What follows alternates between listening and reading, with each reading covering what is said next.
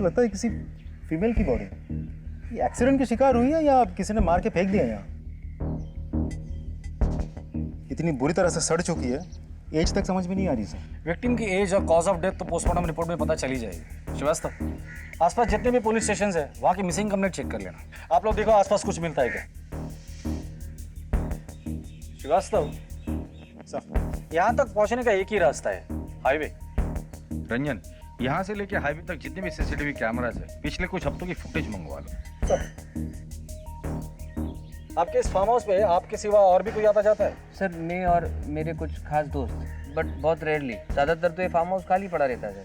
तो फिर ये औरत यहाँ कैसे पहुंची? तो कौन है ये? ये कौन है? सर ये मनोहर, यहाँ का केयर टेकर। इस औरत को जानते हो? इसकी लाश यहाँ कैसे आई? केतन जी, आप बात करने से मना कर रखा है। अगर ऐसा ही है तो बता दीजिए हमें। सर आप हमारा यकीन कीजिए सर, हम कुछ भी नहीं जानते इस बारे में। श्रीवास्तव, लेके चलो इसे। सर मैंने कुछ आइए। भी नहीं किया सर। आप आइए हमारे साथ।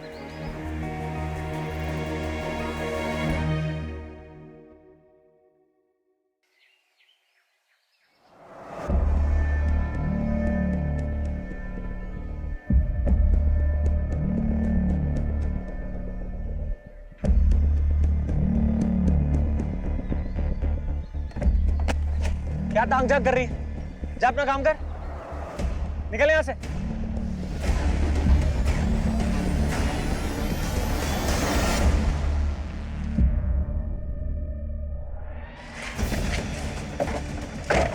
पूरा मूड खराब करके रख दिया इसने। अब देखना, ये ऑफिस में जाकर ना हमारी चुगली करेगी। अगर इसने चुगली करी ना तो मैं स्मिता की ना बैंड बजा दूँ। तू चिंता मत करता रहा। चिंता नहीं, मुझे गुस्सा आ रहा है सुरेंद्र। ज्यादा होशियार बनती जा रही है आजकल ये। बात बात पर मेरी गलतियां निकालती है। ये तो अखिलेश सर अच्छे हैं, इसकी बात पर भरोसा नहीं करते, वरना। अरे तू इसके बारे में ज्यादा मत सोच, मैं इसे देख लूँगा।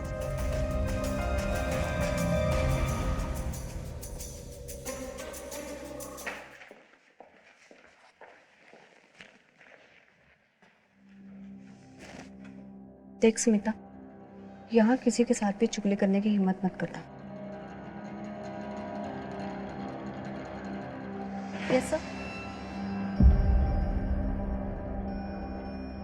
तारा, घर जाने के पहले मुझसे मिलकर जाना। Okay sir.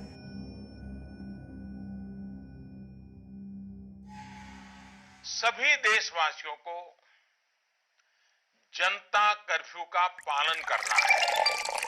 इस जनता कर्फ्यू के दरमियान हेलो। कोई नागरिक अच्छा से बाहर न निकले, ठीक है, मैं अभी आती हूँ।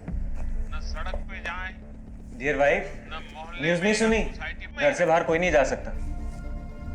पतिदेव, ऑफिस का काम है, मुझे जाना होगा। पागल हो गई? बाहर जनता कर्फ्यू लगा हुआ है। मुझे जरूरी काम है, समझो बात को। की सफलता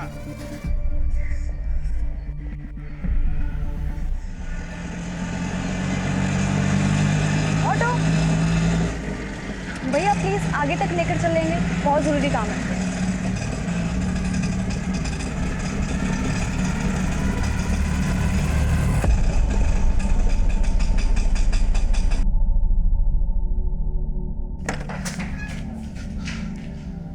तुम यहाँ क्या कर रहे हो?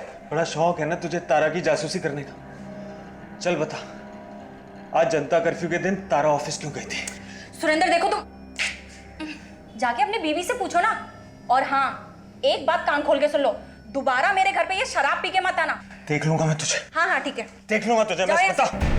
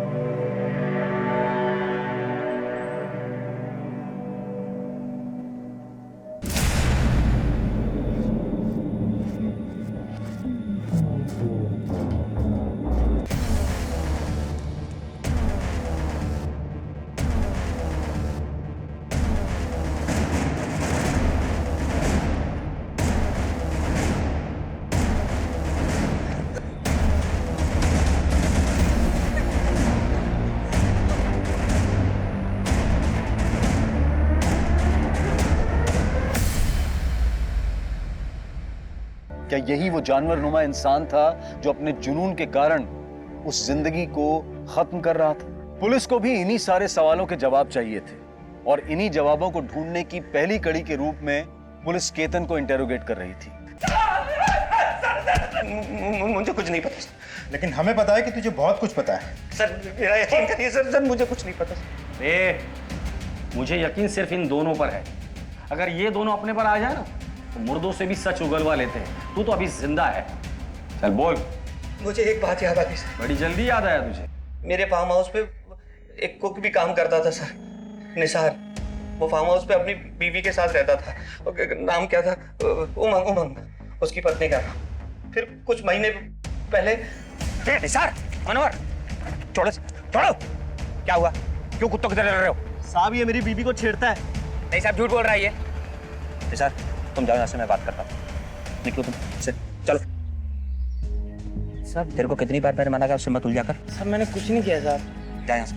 बहुत नैन मटक्का करती है। आशिकी का भूत सवार है तेरे सिर पे। छोड़ से। क्या पागलपन है ये?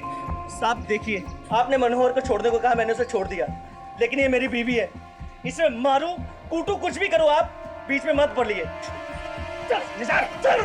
बस सर, वो दिन है और आज का दिन है। निसार अपनी पत्नी के साथ कभी फार्म हाउस वापस नहीं आया। मैंने उसको बहुत ढूंढने की कोशिश की सर, लेकिन वो मिला ही नहीं। कब की बात है ये?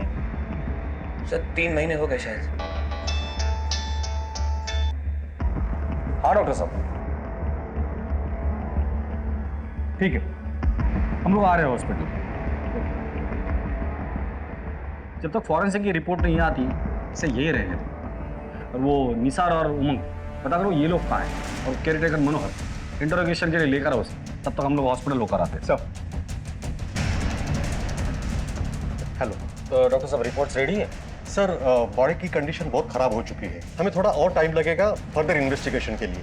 ठीक है, लेकिन हो सके तो जल्द से जल्द कीजिए, क्योंकि आपको जितना वक्त लगेगा उतना ही वक्त क्रिमिनल को मिलेगा सबूत के साथ छेड़छाड़ करने के लिए। मेरे स्टाफ को घर गए हुए 2 हफ्ते हो गए, बट डोंट वरी, आप हमारी इनिशियल फाइंडिंग्स के ऊपर आपकी इन्वेस्टिगेशन जारी रखिए। जैसे कि बॉडी में मल्टीपल कट्स है, जिसके कारण हेवी ब्लड लॉस हुआ है।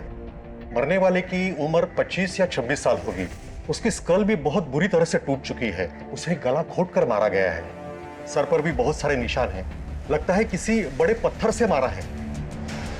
और हाँ, सबसे बड़ी शॉकिंग बात, इस बॉडी से हार्ट, लंग और लिवर गायब है। और यहाँ रिब केज की हड्डियों पर किसी इंसान के दांतों के निशान हैं। डॉक्टर साहब, क्या बॉडी के चेहरे से जो स्कल है उससे हम उसका चेहरा बना सकते हैं? I will try my level best. Thank you. इंसान के दांतों के निशान? श्रीवास्तव, कहीं ये अपराधी कोई नरभक्षी तो नहीं है?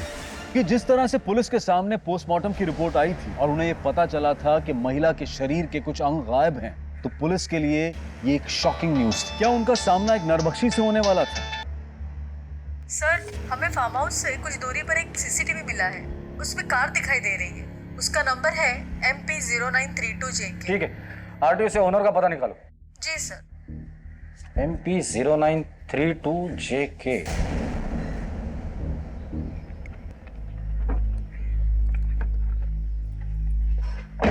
चलो भैया। मैडम, ये टैक्सी कहीं नहीं जाएगी। नहीं जाएगी? नहीं जाएगी तो रोड पे क्यों लगा रखी है? आपने घर क्यों नहीं रखते? कहाँ से आ जाते हैं नमूने कहीं के। क्या बोला? ए रुक रुक रुक, क्या बोला तूने? नमूने क्या बोला? हाँ, रुक।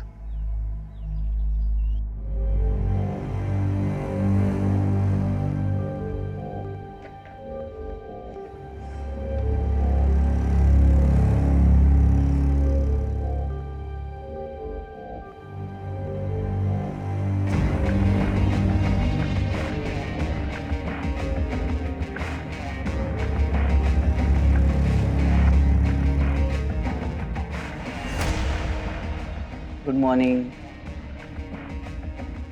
नए आए हैं आप? कौन हो तुम? मैडम मैं विश्वास, अखिलेश सर का ड्राइवर हूँ मैडम। ये क्या हुआ मैडम आपके हाथ को? दिखाइए, मैं बाम लगा देता हूँ। पीछे हटो, मैं खुद कर लूंगी। मैडम लगा देते ना बाम।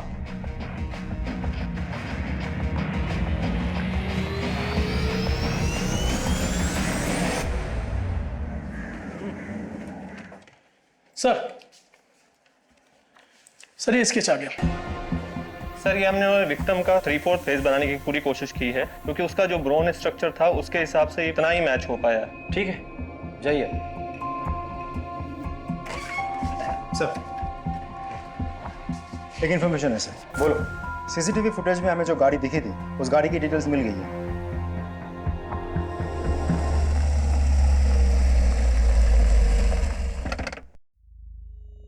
2 महीने पहले बिलावरी तालाब के पास तुम्हारी कार दिखाई दी थी। ऐसे जंगल वाले एरिया में तुम क्या कर रहे थे? सर मैं अपनी वाइफ को ढूंढने गया था, अब वो 2 महीने से मिसिंग है।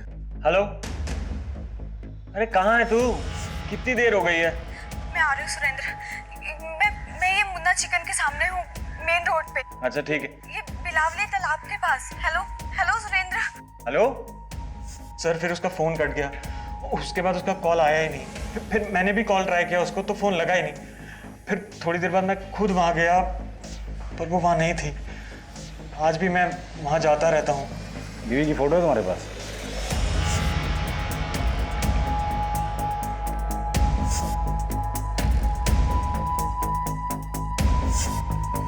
सर सिमिलर तो है लेकिन लगता नहीं कि यही है। क्या हुआ सर?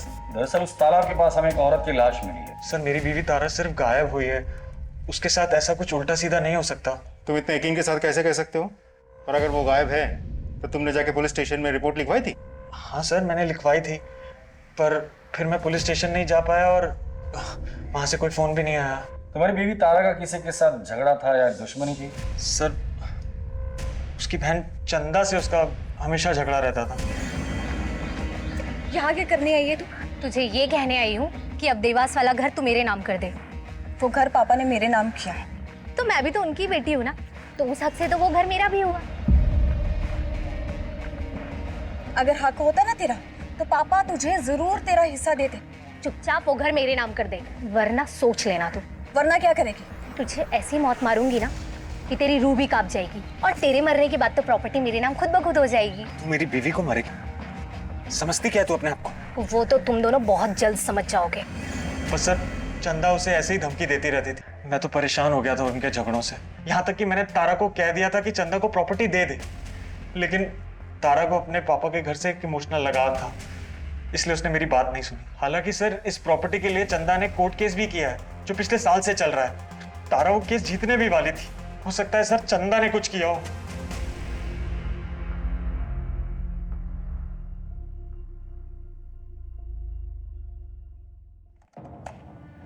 सर तारा के घर से लेकर ऑफिस तक हमने सारा सीसीटीवी फुटेज निकाल लिया है, लेकिन कुछ खास हाथ नहीं लगा। लेकिन हाँ एक फुटेज है जहां तारा किसी गाड़ी में बैठी हुई दिखाई दे रही है। अब क्योंकि अंधेरा है तो विजुअल क्लियर नहीं है सर।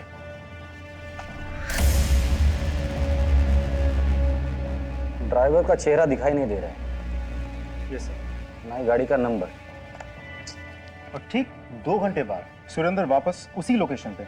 मतलब देखा जाए तो सुरेंद्र ने हमें जो भी स्टेटमेंट दिया था फुटेज के साथ हूबहू मैच हो रहा है सर। करेक्ट। सुरेंद्र ने हमें बताया था कि उसे चंदा पर शक है, क्योंकि ऐसा तो नहीं कि इस गाड़ी में चंदा बैठी हो। नहीं सर, अगर चंदा होती तो तारा उसी गाड़ी में जाके नहीं बैठती। दोनों में बहुत बड़ा झगड़ा हुआ था। तो फिर कौन हो सकता है? क्योंकि तारा अपनी मर्जी से उस गाड़ी में बैठी है, इसका मतलब गाड़ी के अंदर जो कोई भी था तारा उसे अच्छे से जानती थी। कौन हो सकता है सर? केतन हो भी सकता है, पर तारा और केतन के बीच कोई कनेक्शन हो ऐसी कोई भी बात हमारे सामने अभी तक नहीं आई। श्रीवास्तव एक काम करो, ऐसी गाड़ियां किस किस के पास है ये पता करो, और वो चंदा उसे पूछताछ के लिए बुलाकर लेकर आओ। सब मनोहर को ले आया था, गांव में छिपा हुआ था।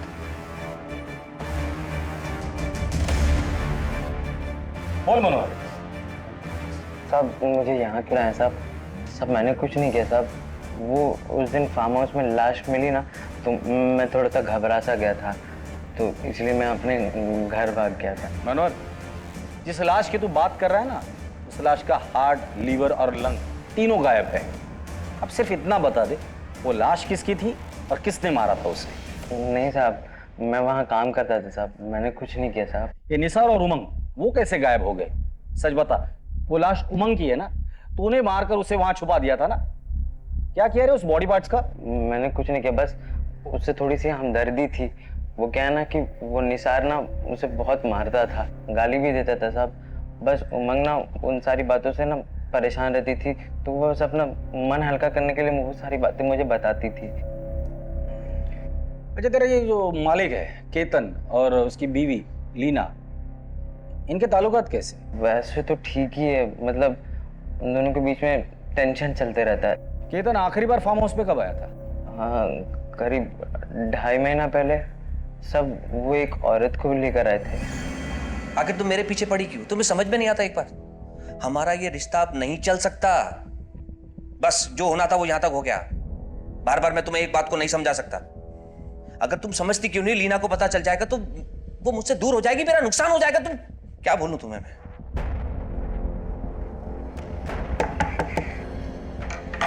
सभी जाओ जाओ। सब लीना मैडम के साथ वही औरत आई थी जो केतन सेठ के साथ आई थी। केतन, बहुत सच छुपा के रखा है तूने हमसे।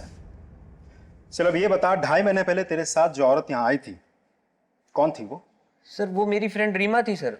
मेरा फार्म हाउस खरीदना चाहती थी, इसलिए मेरे साथ थी। और अब वो कहाँ है? पता नहीं सर, हमारी डील होने वाली थी, फिर बात बनी नहीं। एक्चुअली काफ़ी टाइम से मैं अपनी फ्रेंड रीमा सहानी के टच में नहीं हूँ सर। सुना है किसी स्कॉलरशिप के बाद वो कोई यूनिवर्सिटी चली गई है, मगर हाँ कुछ महीनों पहले तक वो हमारे फार्म हाउस के प्लांट में बहुत इंटरेस्टेड थी। कोई बोटेनिकल रिसर्च कर रही थी शायद। आई एम श्योर केतन ने कुछ किया होगा। इस श्योरिटी की वजह? रीमा मिली तो मुझे इग्नोर करने लगा था, और आई एम श्योर कोई और मिली होगी, इसीलिए उसे रास्ते से हटा दिया। ये सब ब्लडी कैसे न हुआ? 2.5 महीने पहले रीमा को लेकर आया था सर वो यहाँ। आप अपने पति पर नजर रखती थी? रखनी पड़ती है सर। और उस नजर का नाम मनोहर था? जी नहीं, मैंने एक प्राइवेट डिटेक्टिव हायर किया था, उसी ने मुझे ये सब कुछ बताया। वैसे आपकी पूछताछ पूरी हो गई हो तो क्या मैं जा सकती हूँ? जा सकती है, लेकिन हमारे परमिशन के बगैर शहर छोड़कर मत जाइए। जरूरत पड़ेगी तो दोबारा बुला लूंगा। सर, केतन और लीना दोनों के पास ही रीमा को हटाने का मोटिव था। मुझे तो लगता है इन दोनों में से किसी ने रीमा को मारा होगा। नहीं श्रीवास्तव, 3 औरतें गायब हुई है, उमंग, रीमा और तारा, और लाश हमें सिर्फ एक औरत की मिली, और मुझे लगता है वो शायद तारा की है। तो क्या सर उन दोनों का भी खून हुआ है और उसमें भी यही 2 इन्वॉल्व है? लेकिन सर मोटिव क्या हो सकता है? पता नहीं सर, सब कुछ बहुत उलझ सा गया है। श्रीवास्तव, यही उलझन तो हमें सुलझानी है। हमें बस उस एक सिरे की तलाश है जो हमें कातिल तक लेकर जाएगा, और वही सिरा हमें दिखाई नहीं दे रहा है। उस चंदा को बुला कर लाओ। साहब, मेरी बहन तारा तो मिसिंग थी, फिर उसकी लाश। जता तो ऐसे रही हो जैसे बहन गायब होने का बहुत बड़ा दुख हुआ है तुम्हें। हाँ साहब, इसीलिए तो मैंने उसकी मिसिंग कंप्लेंट कराई थी, ना कि उसके पति सुरेंद्र ने। मिसिंग कंप्लेंट तुमने लिखवाई थी? हाँ सर, ये देखिए मेरे पास उसकी कॉपी भी है। इसमें नाम तो तारा सेंगल का है। हाँ साहब, ये उसका शादी से पहले का नाम है। तारा और तुम्हारे बीच प्रॉपर्टी को लेकर झगड़ा चल रहा था, कोर्ट केस भी चल रहा था। लेकिन वो तो मैंने वापस ले लिया था आज से 1.5 साल पहले ही। ये देखिए मेरे पास पेपर भी है। कोर्ट केस वापस लेने के पीछे कोई खास वजह? साहब, वजह बस इतनी थी कि कुछ भी हो, सारी प्रॉपर्टी तारा के बेटे अक्षय के नाम ही होनी थी, और अक्षय मेरे लिए मेरे बेटे जैसा ही है।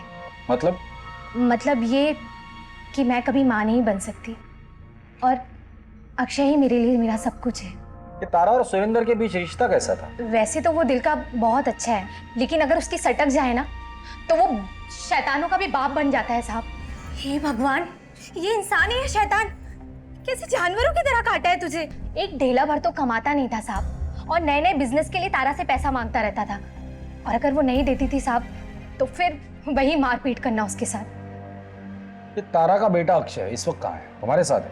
नहीं साहब, वो बोर्डिंग स्कूल में है। तारा से आखिरी बार कब मिली थी तुम? उसके गायब होने से कुछ दिन पहले मिले थे हम लोग, लेकिन जब मैंने सुरेंद्र से इस बारे में पूछा तो उसने कोई जवाब नहीं दिया। ये सुरेंद्र और तारा का रिश्ता कैसा था? हाँ साहब, सुरेंद्र तारा से प्यार तो बहुत करता था। चल रहे इंद्र, बहुत दर्द हो रहा है मुझे। अरे कुछ नहीं होता है, जरा सी चोट है। अरे रे मजनू, कहाँ चल दिए भाई? अपनी लैला का इलाज करवाने। तू क्यों खून जला रहा है बे? सुरेंद्र ने तारा के गायब होने के बारे में कुछ बताया था? हाँ साहब, सुरेंद्र कह रहा था कि उसने तारा को खोजने की बहुत कोशिश की, लेकिन वो मिली नहीं। उसके चक्कर में सर दिन रात दारू पीने लग गया। सर कुछ दिन पहले ना आया था मेरे पास ही और कह रहा था कि 10 दिन की छुट्टी पे जा रहा है और हंसने लगा। वो सर ऐसी बात बोली कि मेरे को भी हंसी आ गई। उसने ऐसा भी क्या बोला था?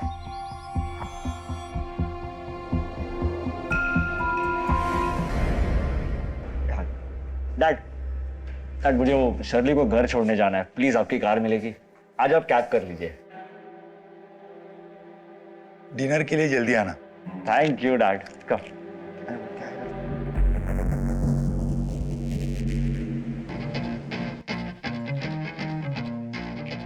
मीना, थोड़ा वॉल्यूम तो कम करो। नहीं होगा बंद, इसको सुनने से शांति मिलती। शांति खामोशी में मिलती। नहीं होगा बंद। और आपको जहाँ शांति मिलती है ना, आप वहाँ जाइए। और तुम जहानुम में जाओ, देखता हूँ मुझे कहाँ शांति मिलती है।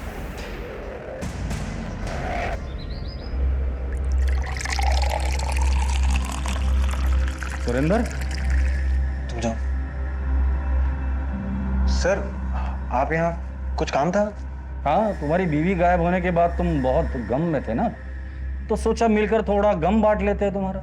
श्रीवास्तव, देखो बेचारा कितने गम में है। बीवी को जाकर 1 महीना नहीं हुआ और तुमने दूसरी शादी भी कर ली। सर वो मैं अकेला नहीं रह सकता। नाम क्या है इसका? तारा। तारा? सर वो तारा की याद में मैंने इसका नाम तारा ही रख दिया। आपकी बीवी तारा कहाँ काम करती है? सर वो अखिलेश सीए के यहाँ काम करती थी। क्या तारा की लाश मिली? So sad. Mister Akhilesh, Tara आपकी एम्प्लॉय थी, उसके गायब होने के बाद आपने पूछताछ नहीं की? सर मैंने उसके मिसिंग होने के बाद में कुछ सीनियर पुलिस ऑफिसर से बात की थी, लेकिन कुछ पता नहीं चला और लॉकडाउन के चलते मैं भी हेल्पलेस था। और अब जाके जब ऑफिस खुला तो। अखिलेश जी, तारा के बारे में आपकी क्या राय है?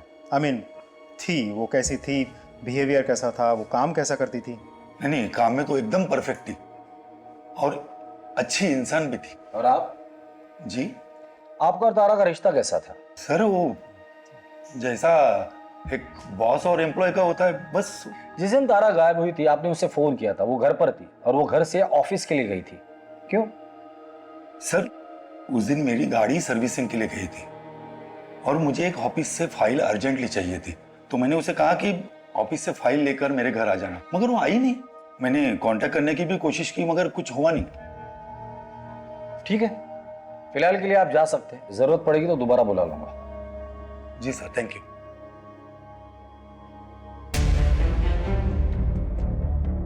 सर, एक बात मुझे समझ में नहीं आई, वो फाइल इतनी भी क्या अर्जेंट थी कि अखिलेश ने तारा को जनता कर्फ्यू के दिन ऑफिस भेजा था? हाँ सर, जब वो ऑफिस से काम खत्म करके घर जा चुका था, फिर उसे अचानक से फाइल की याद क्यों आई? बात किसी फाइल की है ही नहीं। इस अखिलेश ने हमें आधी कहानी बताई है, बात कुछ और ही है। Extra marital affair sir? हो सकता है। हाँ, लेकिन इंसान के दांतों के निशान भी तो हमें बॉडी पे मिले थे, उसका क्या? और एक्स्ट्रा मैरिटल अफेयर के साथ नरभक्षी का क्या कनेक्शन हो सकता है? बहुत स्ट्रेंज केस है सर। अखिलेश के ऑफिस और घर के आसपास उसके बारे में पूछताछ करो और उसका वो ड्राइवर उठाकर लेकर आओ उसे। वो जरूर कुछ ना कुछ तो जानता होगा जिससे हमें इस केस की लीड मिल जाएगी।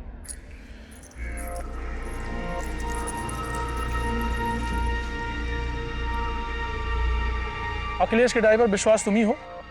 जी साहब। सर, विश्वास।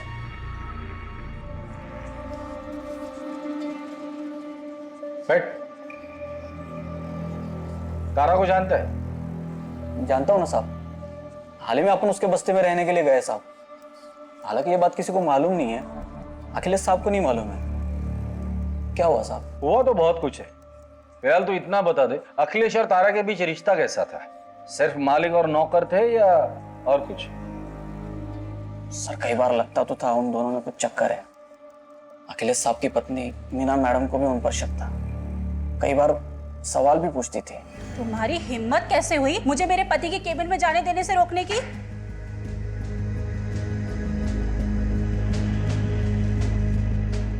ऐसे कौन से काम में बिजी थे कि आपका प्यून मुझे अंदर आने से रोक रहा था? क्या चल रहा है इस ऑफिस में? बहुत गुस्सा करती थी साहब। उस दिन फोन पर भी वो किसी से बात कर रही थी। अरे भैया कुछ तो उपाय करो। देखो मैं कुछ भी करने को तैयार हूँ, बस ये तारा नाम की बला से ना पीछा छूट जाए। बस मैं इतना चाहती हूँ कि तारा ना इस दुनिया से ही उठ जाए। ठीक है, जाओ तुम।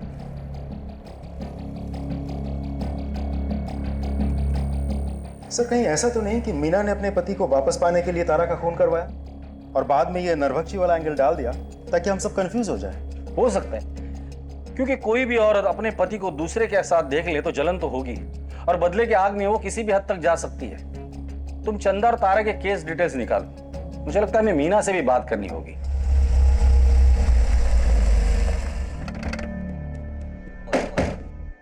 सर अगर मुझे बदला ही लेना होता तो मैं 4 साल इंतजार क्यों करती? मैं उसे उसी टाइम खत्म कर देती जब मुझे पता चला था कि मेरे पति का चक्कर उस तारा से चल रहा है। और वैसे भी मेरे पति को क्या फर्क पड़ता है, उसे तो अपने ऑफिस में रोज खूबसूरत जवान लड़की चाहिए। तारा नहीं तो और कोई सही, लेकिन हाँ मैं उस तारा से नफरत जरूर करती थी। ठीक है, जरूरत पड़ेगी तो दोबारा आएंगे। हाँ श्रीवास्तव बोलो। सर केस के बारे में चंदा ने झूठ बोला है। वो केस अभी भी ओपन है और कोर्ट में चल भी रहा है। और सबसे इंटरेस्टिंग इन्फॉर्मेशन तो ये है कि इन दिनों चंदा जिसके साथ रह रही है वो कोई और नहीं बल्कि विश्वास है, अखिलेश का ड्राइवर। उठाकर लेकर आओ दोनों को।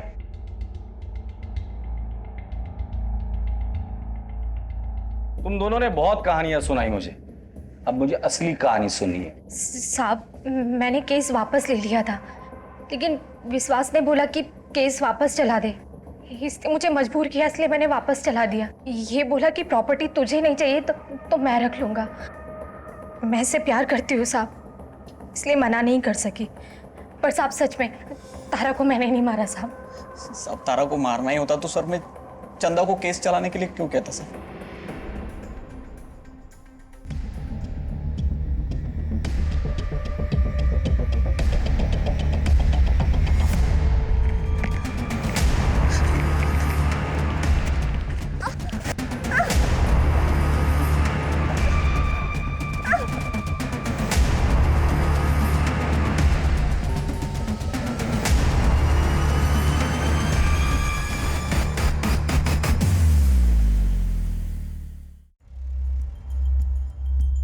इस केस में कई सस्पेक्ट है। तारा का पति सुरेंद्र, जो तारा से बहुत प्यार जताता है, लेकिन तारा के मरने के बाद वो तुरंत दूसरी औरत से शादी कर लेता है। चंदा, कई अफेयर्स करने के बाद अब उसका अफेयर अखिलेश के ड्राइवर विश्वास के साथ चल रहा है, और अपने बहन के साथ उसका प्रॉपर्टी का केस भी चल रहा है। अखिलेश की बीवी मीना, जिसे तारा और अखिलेश के अफेयर के बारे में पता था और वो तारा से बहुत नफरत करती थी। केतन और लीना, जिनके फार्म हाउस पर तारा की लाश मिली थी। ये निसार और उमंग, ये कपल अभी भी गायब है। और सर इस सब के बावजूद तारा उस फार्म हाउस वाले एरिया में क्यों गई थी? सर कहीं ऐसा तो नहीं कि वो किसी और से मिलने गई थी, शायद केतन या लीना से, या फिर किसी और से। या तो इन सस्पेक्ट में से कोई नरभक्षी है या फिर कोई हमें गुमराह करने की कोशिश कर रहा है। हेलो, क्या?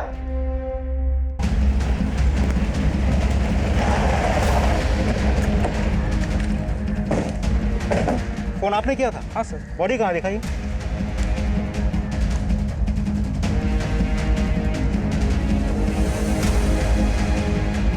हटाओ सब।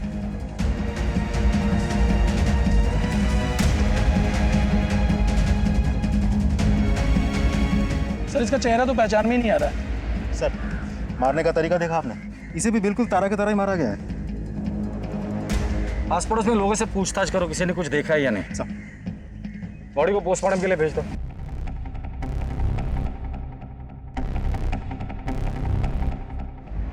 सर ये मर्डर भी तारा मर्डर केस की तरह ही है, लेकिन इस केस में हमें रिस्ट पर मार्क्स मिले हैं।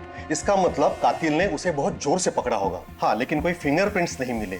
इसका मतलब कातिल ने हैंड ग्लोव्स पहने होंगे। और हैरत की बात यह है कि इन दोनों केसेस में, दोनों बॉडीज में हमें एक चीज कॉमन मिली है, और वो है ओमेगा 3। ओमेगा 3 तो स्टीरॉयड है जो अक्सर जिम जाने वाले लोग लेते हैं। इसका मतलब कातिल जो भी है वो जिम फ्रीक आदमी है। उसे ड्रग्स और स्टेरॉइड की भी आदत है। वो अपनी बॉडी बनाने के लिए बहुत सारे अननेचुरल सप्लीमेंट्स और स्टेरॉइड के यूज करता होगा। Thank you very much doctor. Sir, Nisar की बीवी उमंग का पता चल गया सर। वो पास के ही गांव में है। सब मेरा पति निसार बहुत शक्की था। उसके रोज रोज के शक से, उसकी मारपीट से तंग आके मैं ये अनजान गाँव आ गई ताकि कोई मेरे तक पहुंच ना सके, और सब खास करके तो वो निसार।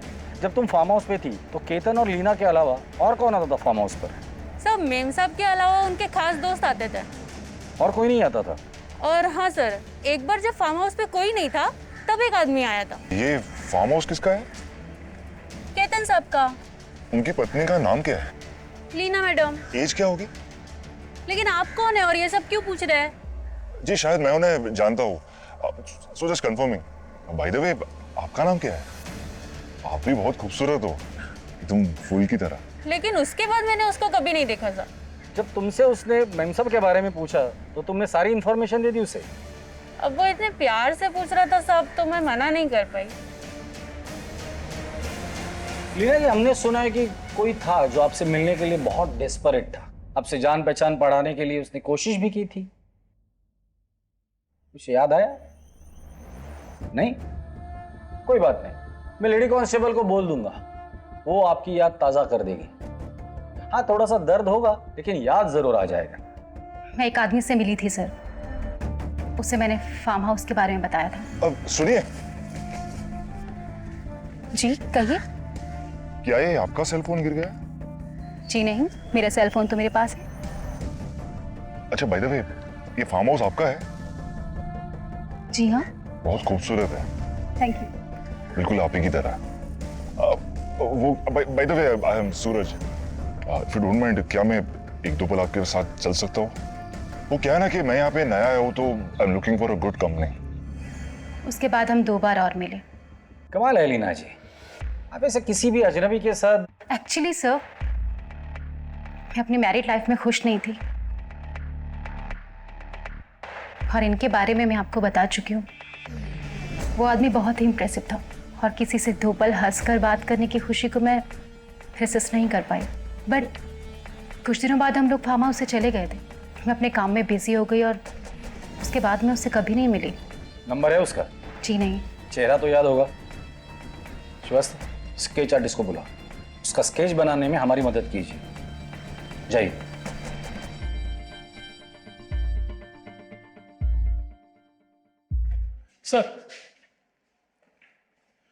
सर ये रमन है, वो जंगल वाली लाश के क्राइम स्पॉट के पास इसने किसी को देखा है। साहब, उस जंगल के रास्ते पर मैंने एक अमीर आदमी को देखा था साहब।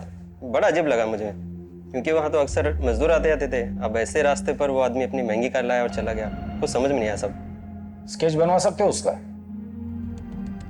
श्रीवास्तव, स्केच आर्टिस्ट को बोलो और इसका स्केच बनवा लो। सर, आप आइए मेरे साथ।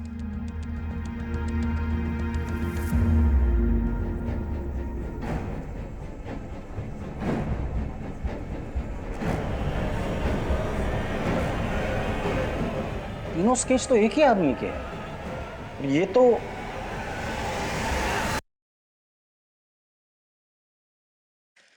अखिलेश जी। सर आप बैठिए बैठिए बैठिए। यहीं से गुजर रहा था, सोचा आपसे मिलकर चला जाओ। अरे कहाँ ये घास फूस खा रहे हैं आप? अरे हाँ, लॉकडाउन था ना, नॉनवेज मिला नहीं होगा आपको। हाँ सर, सॉरी, मैं कुछ समझा नहीं सर। समझाता हूँ। अखिलेश जी, आपने हमें बताया कि आपने तारा को ऑफिस भेजा था फाइल लाने के लिए, क्योंकि आपकी गाड़ी सर्विसिंग के लिए गई थी। पर आपने ये नहीं बताया कि आप गाड़ी सर्विसिंग से वापस लेकर भी आए थे। अखिलेश जी, शर्ली कहाँ है? और उसका बॉयफ्रेंड, मतलब आपका बेटा, वो कहाँ है? बेटा?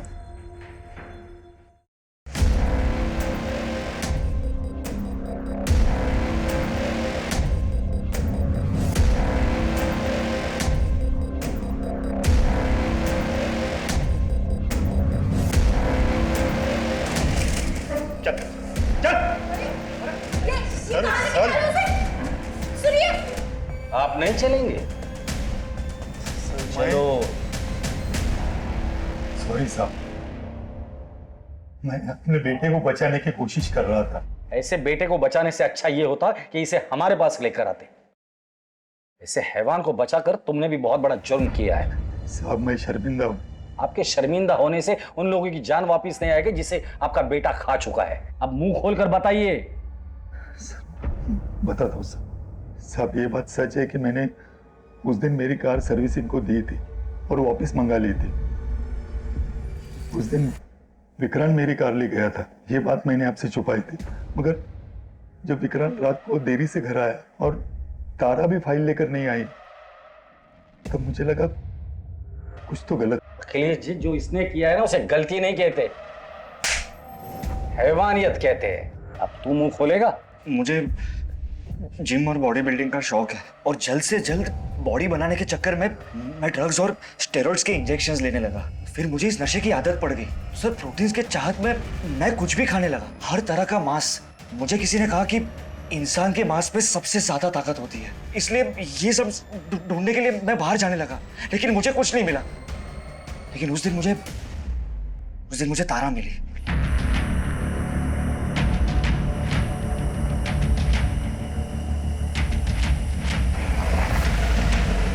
अरे तारा, कहाँ जा रही हो? आपके घर जा रही हूँ। ये फाइल आपके पापा ने मंगवाई है। आओ बैठ जाओ, मैं घर ही जा रहा हूँ, तुम्हें छोड़ देता हूँ। ओके। वो जैसे गाड़ी में बैठी, पता नहीं मैं आउट ऑफ कंट्रोल हो गया और उसे फार्म हाउस की तरफ ले जाने लगा, लेकिन उसने ऐतराज किया। ये आप कौन से रास्ते से जा रहे हैं सर? ये रूट गलत है। नहीं, सही रास्ता है। मैं काफी बार इस रास्ते से गया हूँ, डोंट वरी। नहीं सर, देखिए मुझे ना कुछ भी ठीक नहीं लग रहा है।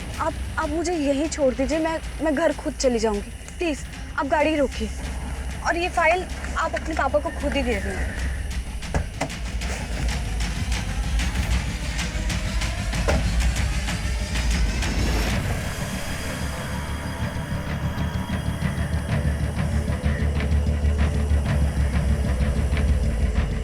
हेलो सुरेंद्र, हाँ मैं आ रही हूँ सुरेंद्र। मैं ये मुन्ना चिकन के सामने हूँ, मेन रोड पे, ये बिलावली तालाब के पास। तुम्हें मेरे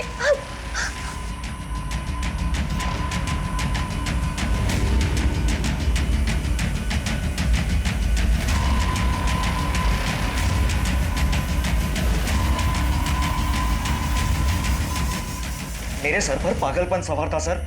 मुझे कुछ भी करके प्रोटीन्स चाहिए था। ड्रग्स और इंजेक्शंस की नामौजूदगी में मैं कुछ सोच नहीं पा रहा था, इसलिए मैंने तारा को मारकर उसके शरीर के अंगों को खाया।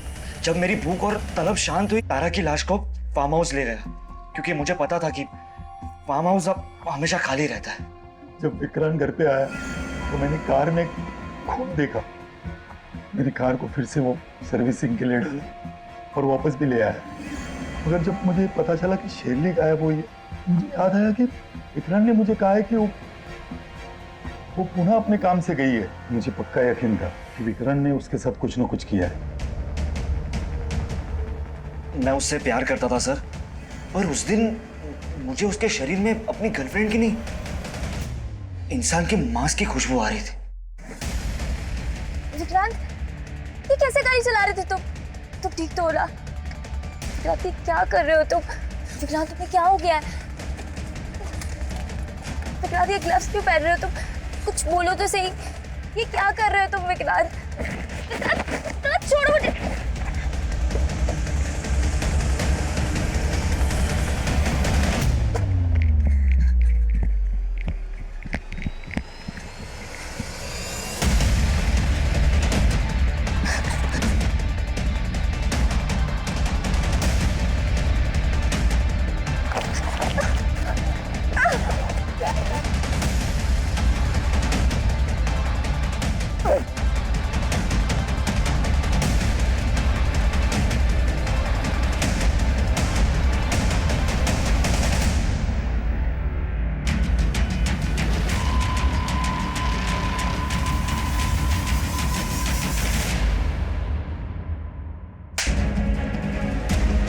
इंसान नहीं, एक नरभक्षक है, नरभक्षक।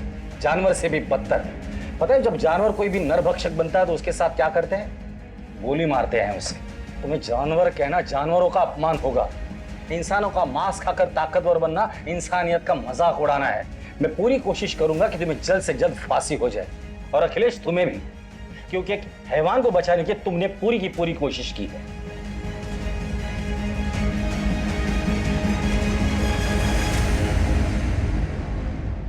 ये समय हम सब के लिए आत्म परीक्षण का समय है, एक सबक सीखने का समय है, ताकि हम अपने अंदर की कमजोरियों को जान सकें और उन्हें दूर करने की पूरी कोशिश करें। और खासकर हमें अपने मानसिक स्वास्थ्य का ध्यान रखना है। अगर अखिलेश ने वक्त रहते अपने बेटे को सही राह दिखाई होती और मेडिकल हेल्प ली होती तो उसे इस तरह से शर्मसार नहीं होना पड़ता। अगर विक्रांत ने अपने जुनून में स्टेरॉइड्स और इंजेक्शंस का इस्तेमाल नहीं किया होता तो वो कभी नरभक्षी नहीं बनता। और सबसे बड़ी बात, अगर सुरेंद्र तारा से लड़ने और रूठने के बजाय घटना वाले दिन उसके साथ चला जाता तो क्या तारा की दर्दनाक मौत टल नहीं जाती? अगर जुनून को सही राह मिल जाए तो पर्वत लांघे जा सकते हैं, समंदर को चीरा जा सकता है, लेकिन अगर जुनून भटक जाए तो क्या हश्र होता है वो आपके सामने है। ध्यान रखें कि कहीं आपका कोई अपना इस तरह के जुनून का शिकार ना हो रहा हो। उनके साथ समय बिताएं, उनसे बात करें, उनकी मदद करें, ताकि फिर से इंसानियत शर्मसार ना हो। मैं अनूप सोनी आपसे विदा लेता हूं। फिर मुलाकात होगी क्राइम पेट्रोल सतर्क में एक और नए केस के साथ। तब तक अपना और अपने परिवार का ख्याल रखें, सतर्क रहें, सुरक्षित रहें और देखते रहें क्राइम पेट्रोल सतर्क।